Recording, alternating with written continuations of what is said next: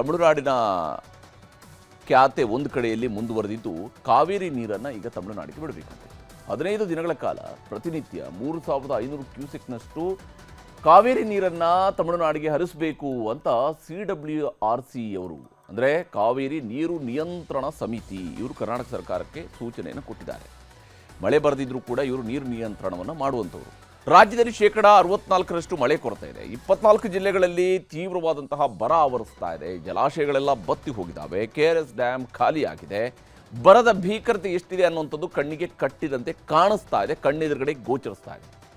ಆದರೆ ನೀರು ನಿಯಂತ್ರಣ ಮಂಡಳಿಯವರು ಮಳೆ ಬರೋದಕ್ಕೆ ಬರುತ್ತೋ ಇಲ್ಲೋ ಅಂತೇಳಿ ಯೋಚನೆ ಮಾಡ್ತಾ ಇಲ್ಲ. ಬದಲಿಗೆ ಕಾವೇರಿ ನೀರನ್ನೇ ನಂಬಿಕೊಂಡು ಬೆಳೆ ಬೆಳೆದಿದ್ದಂತಹ ನಮ್ಮ ರೈತರು ನೀರು ಬಿಡಿ ಅಂತ ಹೋರಾಟ ಮಾಡ್ತಾ ಇದ್ರು ಕೂಡ ಸರ್ಕಾರ ಅದಕ್ಕೆ ನೀರು ಬಿಡೋದಕ್ಕೆ ಮುಂದಾಗ್ತಾ ಇಲ್ಲ. ಅದು ಇದ್ಯಾವುದು ತಮಿಳುನಾಡು ಸರ್ಕಾರದವ್ರಿಗೆ ಅರ್ಥ ಆಗ್ತಾ ಇಲ್ಲ. ಕರ್ನಾಟಕದ ಜನ ಹಿಂಗಾದರೂ ಕಷ್ಟ ಅನುಭವಿಸಲಿ, ಮೊದಲು ತಮಿಳುನಾಡಿಗೆ ನೀರು ಬಿಡಿಸಿ ಅಂತ ಕಾವೇರಿ ನೀರು ನಿಯಂತ್ರಣ ಸಮಿತಿಗೆ ಅರ್ಜಿಯನ್ನು ಹಾಕಿದರು. ಇವತ್ತು ನಡೆದ 136ನೇ ಕಾವೇರಿ ನೀರು ನಿಯಂತ್ರಣ ಸಮಿತಿಯ ಸಭೆ 2 ರಾಜ್ಯದವರ ವಾದವನ್ನು ಆಲಿಸಿದೆ. ಕರ್ನಾಟಕದ ವಾದ ಹೀಗಿತ್ತು: KRS, ಕಬಿನಿ, ಹಾರಂಗಿ ಈ ಯಾವುದೇ ಜಲಾಶಯಗಳಲ್ಲೂ ಕೂಡ ನಮ್ಮಲ್ಲಿ ನೀರಿಲ್ಲ ಅನ್ನುವಂಥದ್ದನ್ನು ಮನವರಿಕೆ ಮಾಡಿಕೊಡುವಂತಹ ಕೆಲಸವನ್ನು ಮಾಡಿದರು. ಮತ್ತು ವಿಶೇಷವಾಗಿ 30 ವರ್ಷಗಳಲ್ಲಿ ಅತ್ಯಂತ ಕಡಿಮೆ ಮಳೆ ಆಗಿದೆ ಈ ವರ್ಷ ಅನ್ನುವಂಥದ್ದನ್ನು CWRC ಅವರ ಗಮನಕ್ಕೆ ತರಲಾಗಿದೆ. ವಿಶೇಷವಾಗಿ KRSನಲ್ಲಿ ನೀರು ನಮಗೆ ಈಗೇನು ಸಂಗ್ರಹ ಆಗಿದೆಯಲ್ಲ ಅದು ನಮಗೆ ಇಡೀ ವರ್ಷಕ್ಕೆ ಕುಡಿಯೋದಕ್ಕಷ್ಟೇ ಸಾಕಾಗುವಷ್ಟು ಮಾತ್ರ ನೀರಿದೆ. ಜಾಸ್ತಿ ನೀರು ಕರ್ನಾಟಕದ ಬಳಿಯಲ್ಲಿ ಇಲ್ಲ ಅನ್ನುವಂಥದ್ದನ್ನು ಗಮನ ಸೆಳೆಯುವ ಕೆಲಸವನ್ನು ಮಾಡಿದ್ದಾರೆ. ಅಷ್ಟೇ ಅಲ್ಲದೆ ನಾವು 1.5 ಕೋಟಿ ಜನರಿಗೆ ಕುಡಿಯುವ ನೀರನ್ನು ಕೊಡಬೇಕು, ಬೆಳೆಗೆ ನೀರನ್ನು ಬಿಡೋದಿಲ್ಲ ಅಂತ ರೈತರಿಗೆ ಈಗಾಗಲೇ ನಾವು ಸೂಚನೆ ಕೊಟ್ಟಿದ್ದೀವಿ ಅನ್ನೋದನ್ನು ಕೂಡ ಕೋರ್ಟ್ನ ಗಮನಕ್ಕೆ ತಂದಿದ್ದಾರೆ. ಈಗಿರುವಂತಹ KRS ನೀರಲ್ಲಿ ಅರ್ಧಕ್ಕರ್ಧ ಡೆಡ್ ಸ್ಟೋರೇಜ್ ಆಗುತ್ತೆ. ಹೀಗಿದ್ದಾಗ ತಮಿಳುನಾಡಿಗೆ ನಾವು ಎಲ್ಲಿಂದ ನೀರು ಬಿಡೋದಕ್ಕೆ ಆಗುತ್ತೆ ಅನ್ನುವಂತಹ ಪ್ರಶ್ನೆಯನ್ನು ಸಹಜವಾಗಿಯೇ ಕರ್ನಾಟಕ ತನ್ನ ವಸ್ತುಸ್ಥಿತಿಯನ್ನು ಮುಂದಿಟ್ಟಿದೆ. ಹೀಗಾಗಿ ಕರ್ನಾಟಕ ನೀರು ಬಿಡುಗಡೆ ಮಾಡುವಂಥ ಸ್ಥಿತಿಯಲ್ಲಿಲ್ಲ ಅಂತ ಹೇಳಿ CWRC ಅವರ ಗಮನಕ್ಕೆ ತರುವಂತಹ ಕೆಲಸವನ್ನು ರಾಜ್ಯ ಸರ್ಕಾರದ ಪರವಾಗಿ ವಾದವನ್ನು ಮಂಡನೆ ಮಾಡಲಾಯಿತು. ಆದರೆ ತಮಿಳುನಾಡು ಕರ್ನಾಟಕದ ಈ ಎಲ್ಲ ವಾದಗಳಿಗೆ ಉತ್ತರವಾಗಿ ತಮಿಳುನಾಡಿನ ವಾದ ಇತ್ತು, ಕರ್ನಾಟಕದ ಡ್ಯಾಮ್ಗಳಲ್ಲಿ ಸಾಕಷ್ಟು ನೀರಿದೆ, ಪ್ರತಿದಿನ 12ರಿಂದ 13 ಸಾವಿರ ಕ್ಯೂಸೆಕ್ ಒಳಹರಿವಿದೆ ಅಂತ ಹೇಳ್ತಿದ್ದಾರೆ. ಅದು ಯಾವ ಲೋಕದಿಂದ ಬಂದು ಹರಿತಾ ಇದೆ ಗೊತ್ತಿಲ್ಲ. ಆದರೆ ಅವರ ಪ್ರಕಾರ 12ರಿಂದ 13 ಸಾವಿರ ಕ್ಯೂಸೆಕ್ ನೀರು ಒಳಹರಿವಿದೆ. 4 ಡ್ಯಾಮ್ಗಳಲ್ಲಿ 63ಕ್ಕೂ ಹೆಚ್ಚು TMC ಅಷ್ಟು ನೀರಿದೆ. ಕರ್ನಾಟಕ ಸರ್ಕಾರ ನೀರಿಲ್ಲ ಅನ್ನುವಂಥದ್ದು ಸರಿಯಾದದ್ದು ಅಲ್ಲ. ನಮ್ಮ ಪಾಲಿನ ನೀರನ್ನು ನಮಗೆ ಬಿಡೋದಕ್ಕೆ ಆದೇಶವನ್ನು ಹೊರಡಿಸಬೇಕು. ನಿನ್ನೆವರೆಗೆ ನಮಗೆ 35.3 TMC ಅಷ್ಟು ನೀರು ಕೊಡಬೇಕಾಗಿತ್ತು. ಆದರೆ ಬಿಳಿಗುಂಡ್ಲುವಿಗೆ ನಿನ್ನೆವರೆಗೂ 3.5 TMC ಮಾತ್ರ ಬಿಟ್ಟಿದ್ದಾರೆ. ಕನಿಷ್ಠ 9.46 TMC ತಮಿಳುನಾಡಿಗೆ ನೀರು ಬಿಡೋದಕ್ಕೆ ಆದೇಶವನ್ನು ಮಾಡಬೇಕು ಅಂತ ಒತ್ತಾಯ ಮಾಡಿದ್ದಾರೆ. ಇವುಗಳನ್ನು ಆಲಿಸಿರುವಂತಹ CWRC ಅವರು 2 ರಾಜ್ಯಗಳಲ್ಲಿ ಮಳೆ ಪ್ರಮಾಣ ಬರ ಪರಿಸ್ಥಿತಿ ಇದೆ ಅನ್ನುವಂಥದ್ದನ್ನು ಒಪ್ಪಿಕೊಂಡಿದ್ದಾರೆ. ಮಳೆ ಕುಸಿತ ಆಗಿದೆ, ಕುಂಠಿತ ಆಗಿದೆ, ಬರ ಇದೆ ಅಂತೇಳಿ ಒಪ್ಪಿಕೊಂಡಿದ್ದಾರೆ. ಕರ್ನಾಟಕ ಸರ್ಕಾರ ತಮಿಳುನಾಡಿಗೆ ನೀರು ಬಿಡಬೇಕು ಅಂತೇಳಿ ಕೂಡ ಇದೇ ಸಂದರ್ಭದಲ್ಲಿ ಹೇಳಿದ್ದಾರೆ. ಇದೇ ಇಲ್ಲಿರುವಂಥ ಪ್ರಶ್ನೆ, ಅದು ಯಾವ ಸ್ವರೂಪದ ಯೋಚನೆ ಬರುತ್ತೆ? ಇದು ನಿಜಕ್ಕೂ ಕರ್ನಾಟಕದ ಪಾಲಿನ ಮರಣ ಶಾಸನದ ರೀತಿಯಲ್ಲಿ ಬರೆದಿರ್ತಕ್ಕಂತಹ ಸೂಚನೆ ಅಷ್ಟೇ ಹೊರತು ಬೇರೇನೂ ಅಲ್ಲ. 15 ದಿನದಲ್ಲಿ ಒಟ್ಟು 4 TMC ಅಷ್ಟು ನೀರು ಹರಿಸಬೇಕು ಅಂತ ಹೇಳ್ತಾ ಇದ್ದಾರೆ. 15 ದಿವಸದಲ್ಲಿ 4 TMC ನೀರು ಹರಿಸಬೇಕು. ಮಳೆಗೂ ಆರ್ಡರ್ ಮಾಡಿದರೆ ಬಹುಶಃ ನೀರನ್ನು ಹರಿಸೋದಕ್ಕೆ ಆಗ್ತಿತ್ತೇನೋ ಕರ್ನಾಟಕದವರು. ಆದರೆ ಬಿಳಿಗುಂಡ್ಲುವಿನಲ್ಲಿ 3,500 ಕ್ಯೂಸೆಕ್ ನೀರಿನ ಹರಿವು ದಾಖಲಾಗಬೇಕು ಅಂತ ಹೇಳ್ತಾ ಇದ್ದಾರೆ. CWRC ಆದೇಶವನ್ನು 2 ರಾಜ್ಯಗಳು ಪರಿಗಣಿಸಬೇಕು. ಇಲ್ಲದೆ ಹೋದರೆ CWMAಗೆ ಮೇಲ್ಮನವಿ ಹೋಗಿ ಅಲ್ಲಿ ನೀವು ಬಗೆಹರಿಸ್ಕೊಳ್ಳಿ ಅಂತೇಳಿ CWRC ಅವರು ಸೂಚನೆಯನ್ನು ಕೊಟ್ಟಿದ್ದಾರೆ.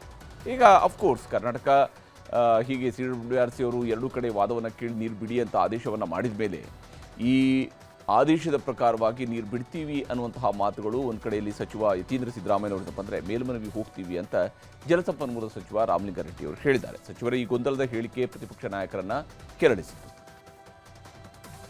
ಈ ಬಾರಿ ನೀರು ಬಿಡಿ ಅಂತ ಹೇಳಿದ್ದಾರೆ. ನಮ್ಮ ಕರ್ನಾಟಕದ ಅಧಿಕಾರಿಗಳು ನಮಗೆ ಕುಡಿಯೋ ನೀರಿಗೆ ಅಗತ್ಯ ಇದೆ, ನೀರು ಬಿಡೋಕ್ಕಾಗಲ್ಲ ಅಂತ ಮೀಟಿಂಗಲ್ಲಿ ಹೇಳಿದ್ದಾರೆ. CWRC ಮೇಲೆ ಅಪೀಲು ಹಾಕ್ಕೋಬೋದು, ನಾವು CWMAಗೆ ಅಪೀಲು ಹಾಕ್ಕೋಬೋದು.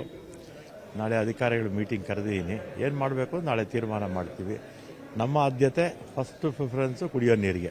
ಕಾವೇರಿ ವಾಟರ್ ಮ್ಯಾನೇಜ್ಮೆಂಟ್ ಅಥಾರಿಟಿ ಆ ಟ್ರಿಬ್ಯುನಲ್ ತೀರ್ಮಾನ ಮಾಡೋ ಮುಂಚಿತವಾಗಿನೇ ಕಾಂಗ್ರೆಸ್ ಸರ್ಕಾರ ಯಥೇಚ್ಛವಾಗಿ ಈಗಾಗಲೇ ನೀರನ್ನ ಹರಿಬಿಡುವಂತ ಕೆಲಸ ಈಗಾಗಲೇ ಮಾಡಾಗಿದೆ. ಮಾನ್ಯ ಮುಖ್ಯಮಂತ್ರಿಗಳ ನಡವಳಿಕೆನ ಗಮನಿಸ್ತಾ ಇದ್ರೆ ಮನೆಗೆ ಮಾರಿ ಊರಿಗೆ ಉಪಕಾರಿ ಅಂದಂತಾಗಿದೆ ಅವರ ನಡವಳಿಕೆ. ಹಿಂದೆ ಎಲ್ಲ ಸುಪ್ರೀಂ ಕೋರ್ಟ್ ಹೋಗಿ ಒಂದು ಮಂಡಳಿ ರಚನೆ ಆಗಿರೋದು. ಆ ಮಂಡಳಿಯವರು ನೀರಿನ ಪರಿಸ್ಥಿತಿ ಎರಡೂ ರಾಜ್ಯದಲ್ಲಿ ನೋಡಿ ಅದರ ಆಧಾರದ ಮೇಲೆ ಯಾರಿಗೆ ಎಷ್ಟು ಕೊಡಬೇಕು ಅಂತ ಹೇಳಿ ತೀರ್ಮಾನ ಮಾಡ್ತಾರೆ. ಸೊ ಹಾಗಾಗಿ ಇದ್ರ ವಿಷಯದಲ್ಲಿ ನಾವೇನು ಮಾಡೋದಕ್ಕಾಗಲ್ಲ, ನಮ್ಮ ಕೈ ಕಟ್ಟಿರುತ್ತೆ. ಏನು ಆದೇಶ ಮಾಡಿದ್ದಾರೆ ಇದಕ್ಕೆ ಅಪೀಲ್ ಹೋಗ್ಬೇಕು, ಅವರು ಅಪೀಲ್ ಹೋಗ್ಬೇಕು, ಟೈಮ್ ತಗೊಬೇಕು. ಇಲ್ಲಿನ ಪರಿಸ್ಥಿತಿಯನ್ನ ಅಧ್ಯಯನ ಮಾಡೋಕೆ ಒಂದು ತಂಡ ಬರಲಿ ಅವರೇ.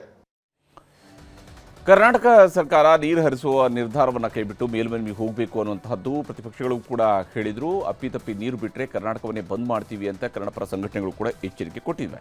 ಇನ್ನೊಂದು ಕಡೆ ಪ್ರತಿಭಟನೆಗಳು ರಾಜ್ಯದಲ್ಲೂ ಕೂಡ ಶುರುವಾಗಿದ್ದಾವೆ. ಕಾವೇರಿ ನೀರನ್ನು ತಮಿಳುನಾಡಿಗೆ ಬಿಡಬಾರ್ದು ಅಂತ ಮಂಡ್ಯದಲ್ಲಿ ರೈತ ಸಂಘಟನೆಯವರು ಪ್ರತಿಭಟನೆಯನ್ನು ಮಾಡಿದ್ದಾರೆ. ಸಂಜೆ ವೃತ್ತದಲ್ಲಿ ಹಳೆ ಮೈಸೂರು ಬೆಂಗಳೂರು ಹೆದ್ದಾರಿ ತಡೆದು ಅರೆಬೆತ್ತಲೆ ಪ್ರತಿಭಟನೆಯನ್ನು ನಡೆಸಿದ್ದಾರೆ. ಶ್ರೀರಂಗಪಟ್ಟಣದಲ್ಲಿ ಕನ್ನಡಪರ ಸಂಘಟನೆ ಸದಸ್ಯರು ಭಿಕ್ಷಾಟನೆಯನ್ನು ನಡೆಸಿ ಪ್ರತಿಭಟನೆಯನ್ನು ನಡೆಸಿದರು. ರಸ್ತೆಯಲ್ಲಿ ಉರುಳು ಸೇವೆ ಮಾಡಿ ಕೂಡ ಆಕ್ರೋಶವನ್ನು ಹೊರಹಾಕಿದ್ದಾರೆ. ನೀರು ಬಿಟ್ಟರೆ ಕರ್ನಾಟಕ ಬಂದ್ಗೆ ಕರೆ ಕೊಡ್ತೀವಿ ಅಂತಲೂ ಕೂಡ ಎಚ್ಚರಿಕೆಯನ್ನು ಕೊಟ್ಟಿದ್ದಾರೆ. ಯಾವುದೇ ಕಾರಣಕ್ಕೂ ತಮಿಳುನಾಡಿಗೆ ನೀರನ್ನು ಬಿಡಬಾರದು. ಇರುವಾಗ ನೀರನ್ನು ಬಿಟ್ಟಿದ್ದೀವಿ, ಇಲ್ಲದೆ ಇರುವಾಗ ಎಲ್ಲಿಂದ ನೀರನ್ನು ಬಿಡಲಿಕ್ಕಾಗುತ್ತೆ?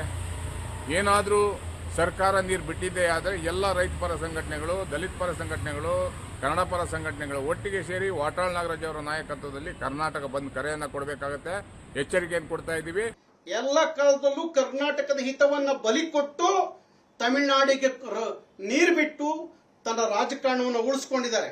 ಅದರಲ್ಲಿ ಒಬ್ರು ಕರ್ನಾಟಕದ ಹಿತದ ಪರವಾಗಿ ನಿಂತವರು ಸನ್ಮಾನ್ಯ ಬಂಗಾರಪ್ಪನವರು. ಹಾಗಾಗಿ ಬಂಗಾರಪ್ಪನವರ ಮಾದರಿಯನ್ನ ಬಂಗಾರಪ್ಪನವ್ರ ಶಿಷ್ಯ ಅಂತ ಹೇಳ್ಕೊಳ್ಳುವಂತ DK ಶಿವಕುಮಾರ್ ಅನುಸರಿಸ್ತಾರೆ ಅಂತ ಹೇಳಿ ನಾನು ಅಂದ್ಕೊಂಡಿದ್ದೀನಿ. ಒಂದು ಕಡೆ KRSನಲ್ಲಿ ನೀರಿಲ್ಲದಿದ್ರೂ ಕೂಡ ನೀರು ಬಿಡಬೇಕು ಅಂತ ತಮಿಳುನಾಡಿನವರು ಕೇಳ್ತಾ ಇದ್ದಾರೆ. ಇನ್ನೊಂದು ಕಡೆ ಇದೇ ತಮಿಳುನಾಡಿನಲ್ಲಿ ಕಾವೇರಿ ನೀರು ಸಮುದ್ರ ಪಾಲಾಗ್ತಾ ಇದೆ. ಅದಕ್ಕೆ ಕರ್ನಾಟಕದಲ್ಲೇ ಮೇಕೆದಾಟು ಡ್ಯಾಮ್ ಕಟ್ತೀವಿ ಅಂತ ಕರ್ನಾಟಕ ಹೇಳಿದರೆ ಅದಕ್ಕೂ ಕೂಡ ಕಿರಿಕ್ ಮಾಡ್ತಾ ಇದ್ದಾರೆ. ಮೇಕೆದಾಟು ಅಣೆಕಟ್ಟು ಕಟ್ಟೋದಕ್ಕೆ ತಮಿಳುನಾಡಿನ ಒಪ್ಪಿಗೆ ಬೇಕಿಲ್ಲ ಅಂತ ಕೇಂದ್ರ ಸರ್ಕಾರ ಸ್ಪಷ್ಟವಾಗಿ ಹೇಳಿದೆ. ರಾಜ್ಯಸಭೆಯಲ್ಲಿ ಲಿಖಿತ ಉತ್ತರವನ್ನು ಕೂಡ ಈ ಬಗ್ಗೆ ಕೊಟ್ಟಿದೆ. CM DK ಶಿವಕುಮಾರ್ ಕೂಡ ಮೇಕೆದಾಟು ಯೋಜನೆಯನ್ನು ಮಾಡ್ತೀವಿ ಅಂತ ಹೇಳ್ತಿದ್ದಾರೆ. ನಮ್ಮ ಹಣ, ನಮ್ಮ ಭೂಮಿ, ನಮ್ಮ ಯೋಜನೆ ಆಗಿದ್ರೂ ತಮಿಳುನಾಡಿಗೂ ಮೇಕೆದಾಟು ಡ್ಯಾಮ್ನಿಂದ ಹೆಚ್ಚು ಲಾಭ ಇದೆ. ಆದರೂ ಜೋಸೆಫ್ ವಿಜಯ್ ಸರ್ಕಾರ ತಗಾದೆ ತೆಗೆದು ಪ್ರಧಾನಿ ಮೋದಿ ಅವರಿಗೆ ಪತ್ರ ಬರೆದು ಮೇಕೆದಾಟಿಗೆ ಅನುಮತಿ ಕೊಡಬೇಡಿ ಅಂತ ಹೇಳಿದ್ದಾರೆ. ಮೇಕೆದಾಟು ಅಣೆಕಟ್ಟು ನಿರ್ಮಾಣಕ್ಕೆ ಕೆಳಭಾಗದ ರಾಜ್ಯಗಳ ಒಪ್ಪಿಗೆ ಅಗತ್ಯವಿಲ್ಲ ಎಂಬ ಕೇಂದ್ರ ಜಲಶಕ್ತಿ ಸಚಿವಾಲಯದ ಹೇಳಿಕೆ ಸರಿಯಲ್ಲ. ಕೆಳಭಾಗದ ರಾಜ್ಯಗಳ ಸ್ಪಷ್ಟ ಸಮ್ಮತಿ ಇಲ್ಲದೆ ಯಾವುದೇ ಮೇಲ್ಭಾಗದ ರಾಜ್ಯವು ಹೊಸ ಯೋಜನೆಯನ್ನ ಕೈಗೆತ್ತಿಕೊಳ್ಳುವಂತಿಲ್ಲ. ಆಲಮಟ್ಟಿ ಪ್ರಕರಣದಲ್ಲಿ ಈ ಬಗ್ಗೆ ಉನ್ನತ ನ್ಯಾಯಾಲಯ ತೀರ್ಪು ನೀಡಿದೆ ಅಂತ ಹೇಳಿದೆ. ಕಾವೇರಿ ತೀರ್ಪಿನ ನಿಯಮ 11 ಮತ್ತು 20ರ ಅಡಿಯಲ್ಲಿ ನದಿ ಜಲಾನಯನ ಪ್ರದೇಶದ ಸಹ ರಾಜ್ಯಗಳ ಪರಸ್ಪರ ಸಮ್ಮತಿ ಕಡ್ಡಾಯವಾಗಿದೆ. ಮೇಕೆದಾಟು ಯೋಜನೆಯನ್ನ ಕೇವಲ ಒಂದು ಇಂಜಿನಿಯರಿಂಗ್ ಅಥವಾ ಕುಡಿಯುವ ನೀರಿನ ಯೋಜನೆಯಾಗಿ ನೋಡಬಾರದು. ಇದು ಲಕ್ಷಾಂತರ ರೈತರ ಜೀವನಾಧಾರವಾಗಿರುವ ಕಾವೇರಿ ಜಲಹಂಚಿಕೆಯ ಸೂಕ್ಷ್ಮ ವಿಷಯವಾಗಿದೆ. ಕರ್ನಾಟಕದ ಮೇಕೆದಾಟು ಪ್ರಸ್ತಾವನೆ ಕಾವೇರಿ ನೀರು ವಿವಾದ ನ್ಯಾಯಾಧಿಕರಣದ ಅಂತಿಮ ಆದೇಶ ಹಾಗೂ ಸುಪ್ರೀಂ ಕೋರ್ಟ್ ತೀರ್ಪಿನ ಸ್ಪಷ್ಟ ಉಲ್ಲಂಘನೆಯಾಗಿದೆ. 2019ರಲ್ಲಿ ಕರ್ನಾಟಕ ಸರ್ಕಾರ ಸಲ್ಲಿಸಿದ್ದ ಮೇಕೆದಾಟು ವಿಸ್ತೃತ ಯೋಜನಾ ವರದಿಯನ್ನ ಕೇಂದ್ರ ಜಲ ಆಯೋಗವು ವಾಪಸ್ ಕಳಿಸಿದ್ದನ್ನೂ ನೆನಪು ಮಾಡಲು ಬಯಸುತ್ತೇನೆ. ಯಾವುದೇ ಏಕಪಕ್ಷೀಯ ನಿರ್ಧಾರದಿಂದ ತಮಿಳುನಾಡಿನ ಕೃಷಿ ಹಾಗೂ ನೀರಾವರಿ ವ್ಯವಸ್ಥೆಗೆ ಭಾರೀ ಧಕ್ಕೆಯಾಗಲಿದೆ.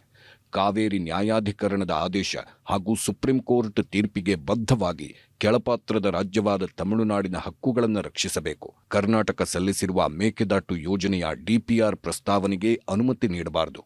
ಕೇಂದ್ರ ಜಲಶಕ್ತಿ ಸಚಿವಾಲಯ ಹಾಗೂ CWCಗೆ ಪ್ರಧಾನಮಂತ್ರಿಗಳಾಗಿ ನೀವು ಸೂಕ್ತ ನಿರ್ದೇಶನ ನೀಡಬೇಕು ಎಂದು ಮನವಿ ಮಾಡುತ್ತೇನೆ. ಹೀಗೆ ಪ್ರಧಾನಮಂತ್ರಿಯವರಿಗೆ ಪತ್ರ ಬರೆದು ಮೇಕೆದಾಟು ಯೋಜನೆಗೆ ವಿಜಯ್ ಸರ್ಕಾರ ಅಡ್ಡಗಾಲು ಹಾಕುವ ಪ್ರಯತ್ನವನ್ನು ಮುಂದುವರೆಸಿದೆ. ಇನ್ನೊಂದು ಕಡೆ ತಮಿಳುನಾಡಿನ ಮುಖ್ಯಮಂತ್ರಿ ಜೋಸೆಫ್ ವಿಜಯ್ ಇದೇ ಆಗಸ್ಟ್ 3ರಂದು ಕರ್ನಾಟಕಕ್ಕೆ ಬರ್ತಾ ಇದ್ದಾರೆ. ಕಾವೇರಿ ನೀರು ಹಂಚಿಕೆ ವಿಚಾರವಾಗಿ ಆಗಸ್ಟ್ 3ರಂದು ಕರ್ನಾಟಕ ಹಾಗೂ ತಮಿಳುನಾಡು ಮುಖ್ಯಮಂತ್ರಿಗಳ ಸಭೆ ನಿಗದಿಯಾಗಿದೆ. ಮುಂದಿನ ಸೋಮವಾರ ಮಧ್ಯಾಹ್ನ 12 ಗಂಟೆಗೆ ಬೆಂಗಳೂರಿನ ವಿಧಾನಸೌಧದಲ್ಲಿ ಜೋಸೆಫ್ ವಿಜಯ್ ಹಾಗೂ DK ಶಿವಕುಮಾರ್ ಅವರು ಮುಖಾಮುಖಿ ಆಗ್ತಾ ಇದ್ದಾರೆ. ಶನಿವಾರ ತಪ್ಪಿದರೆ ಭಾನುವಾರ KRS ಜಲಾಶಯಕ್ಕೆ ಮುಖ್ಯಮಂತ್ರಿ ಶಿವಕುಮಾರ್ ಅವರು ಭೇಟಿ ಕೊಡ್ತಾರೆ. KRS ಡ್ಯಾಮ್ ಪರಿಶೀಲನೆಯನ್ನು ನಡೆಸಲಿದ್ದಾರೆ. ಅದಾದ ಮೇಲೆ ತಮಿಳುನಾಡಿನ ಮುಖ್ಯಮಂತ್ರಿ ವಿಜಯ್ ಅವರ ಜೊತೆಗೆ ಕಾವೇರಿ ನೀರು ಹಂಚಿಕೆ ಮೇಕೆದಾಟು ಯೋಜನೆ ಬಗ್ಗೆ ಚರ್ಚೆ ನಡೆಸೋದಕ್ಕೆ ತೀರ್ಮಾನವನ್ನು ಮಾಡಿದ್ದಾರೆ.